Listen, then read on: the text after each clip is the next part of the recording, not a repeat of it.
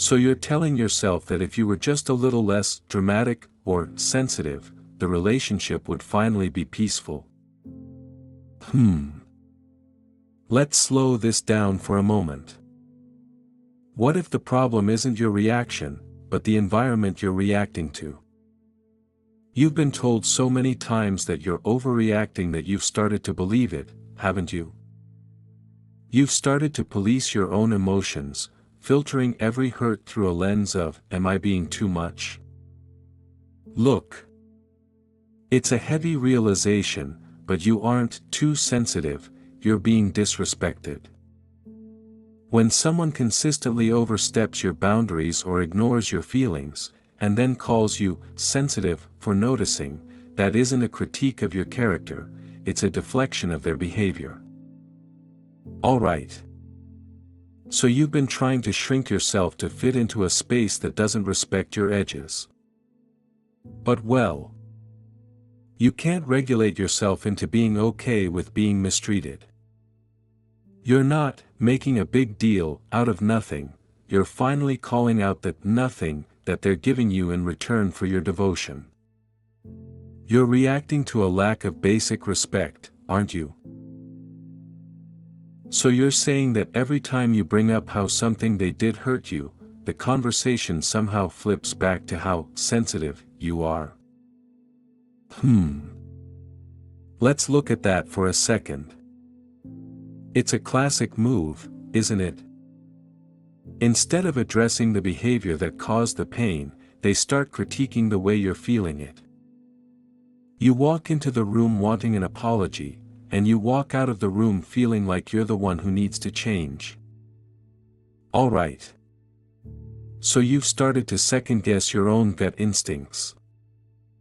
You've started to wonder if maybe you are overreacting, or if you're just too much for someone to handle. Well, if you were truly too sensitive, you'd be reacting to everything, wouldn't you? But you aren't. You're reacting to specific instances of neglect, broken promises, or subtle jabs. Look. It's a heavy realization, but calling you sensitive is just a way for them to avoid being accountable. It's a shield they use so they don't have to look at their own disrespect. They've convinced you that your nervous system is the problem, so you'll stop noticing that their character is the problem. So, you're telling yourself that if you could just chill out or be more easygoing, the relationship would finally be okay. But how can you be easygoing when the ground is constantly shifting under your feet? You're being asked to be a cool partner while they're being a disrespectful one. It's an impossible standard, isn't it? You're trying to regulate your emotions while they're deregulating your environment. Alright. Let's be real. If someone steps on your foot and you say, ouch, the correct response is to move their foot, not to tell you that your skin is too thin. But in this relationship, you've been told your ouch is the problem for as long as you can remember. You've been trained to apologize for having nerves. You're not dramatic for wanting basic consistency. You're not needy for wanting the respect you give to be returned. You're just reacting to a lack of safety, aren't you? So you're telling yourself that if you just stop bringing up the things that hurt, the peace in the house will finally be real. Let's really look at what that peace is actually built on. It's built on your silence, isn't it? You're trading your voice for a version of calm that feels more like a cold war than a connection. Every time you swallow a valid concern or bite your tongue to avoid being called sensitive, a little piece of your self-respect disappears. Alright. So you've become a master of the internal shrug, trying to convince yourself that it's not a big deal. But if it's not a big deal, why does it feel like a weight in your chest every single night? Well, when you accept the label of being too too sensitive, you're essentially giving them a permanent hall pass to treat you however they want. You're saying, my feelings are flawed, so your actions are fine. But look. That's a dangerous deal to make with someone. You're bankrolling their comfort with your own emotional erosion. You've started to believe that your needs are extra, or demanding, when in reality, you're just asking for the bare minimum of human decency. It's exhausting to live like that, isn't it? So, the plan is to just keep shrinking until there's nothing left to criticize. Are you saying your identity is worth less than their convenience? Look. It's a heavy realization, but you can't nice someone into respecting you. You can't calm someone into valuing your heart. By accepting the drama narrative, you're helping them build a case against your own sanity. You're helping them paint a picture of a partner who is unstable, so that when they eventually cross a major line, they can point to you and say, see? They're just being sensitive again. It's an expensive way to live, isn't it? You're paying with your confidence, your intuition, and your ability to trust yourself. You've stopped listening to that inner voice that says, this isn't right, because you've been trained to believe that voice is just anxiety or moodiness. But that voice isn't broken, it's screaming because it's being ignored. You're trying to build a life on a foundation of self-betrayal, and well, you're starting to feel the cracks. So, you're telling yourself that leaving or speaking up would just prove them right about you being difficult. But let's be honest, how can you be difficult for wanting the truth? How can you be too much for wanting someone to do what they said they were going to do? Look. The person you are actually with is someone who finds your boundaries inconvenient. They don't want a partner, they want a shadow that doesn't make any noise. That's the reality. Everything else is just a story you're telling yourself to avoid the pain of realizing you're being treated like an option instead of a priority. You're addicted to the hope that they'll finally see your worth, but you're the one who has to see it first, aren't you? So you're telling yourself that if you could just control your reactions, that drama would finally stop. Let's look at where that drama actually starts. Most of the time, the chaos they complain about is just the sound of you defending a boundary they decided to ignore, isn't it? It's a clever setup. They throw a stone into a still lake, and then they have the nerve to blame the water for making ripples.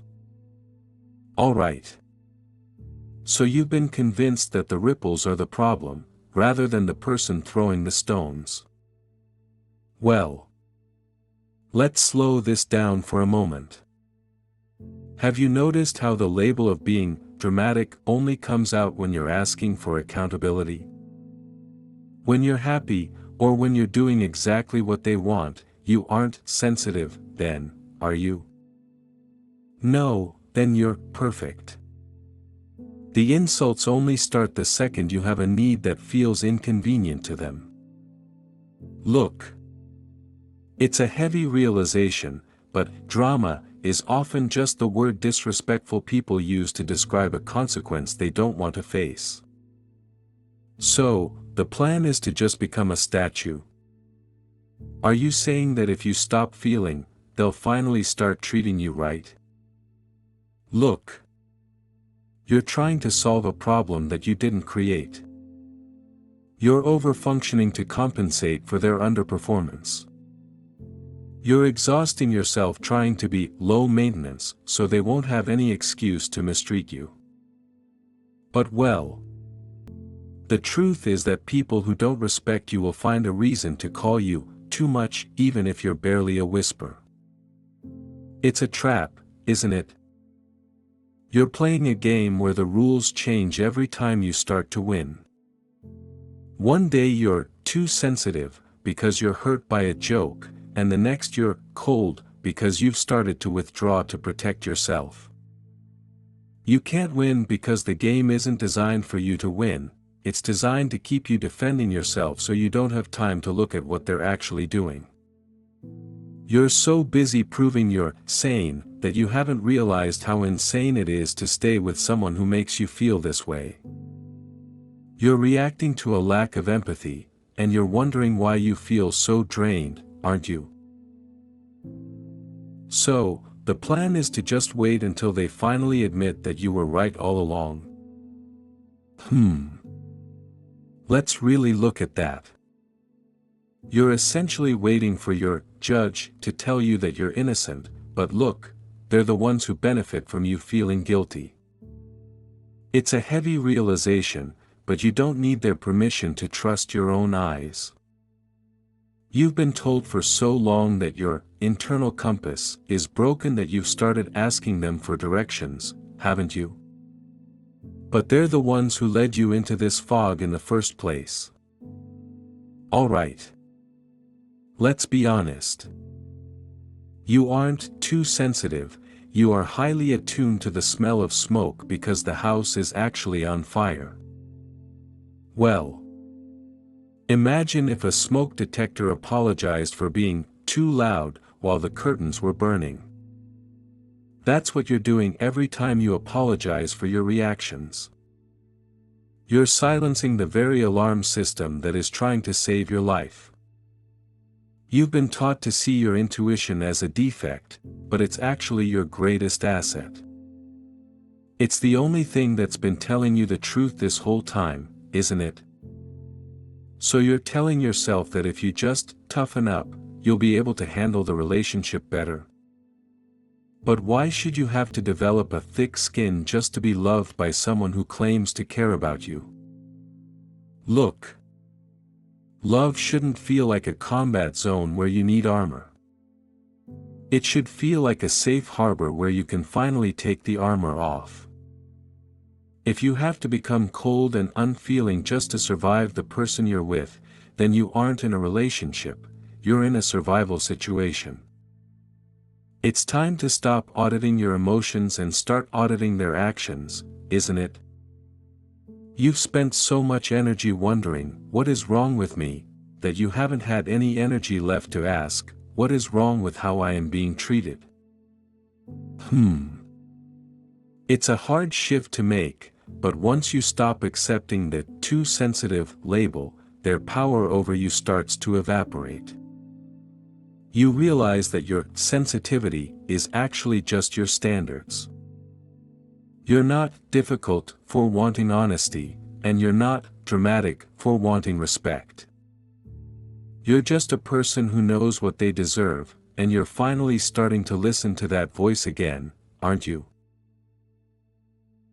So, the truth is finally out in the open, isn't it? Look. You can keep trying to fix your sensitivity, or you can start addressing their disrespect. It's a heavy realization, but you've been apologizing for having a heart while they've been using that heart as a stepping stone. Alright. So are you telling yourself that you're the problem because you're difficult to love? Well, you aren't difficult to love. You're just difficult to manipulate when you actually stand up for yourself. It's time to stop lying to yourself about the drama and start looking at the damage. You don't need to grow a thicker skin, you need to find a thinner crowd, one that doesn't require you to bleed just to prove you're alive. You're done being the scapegoat for their bad behavior, aren't you? It's time to take your peace back. If you decide to.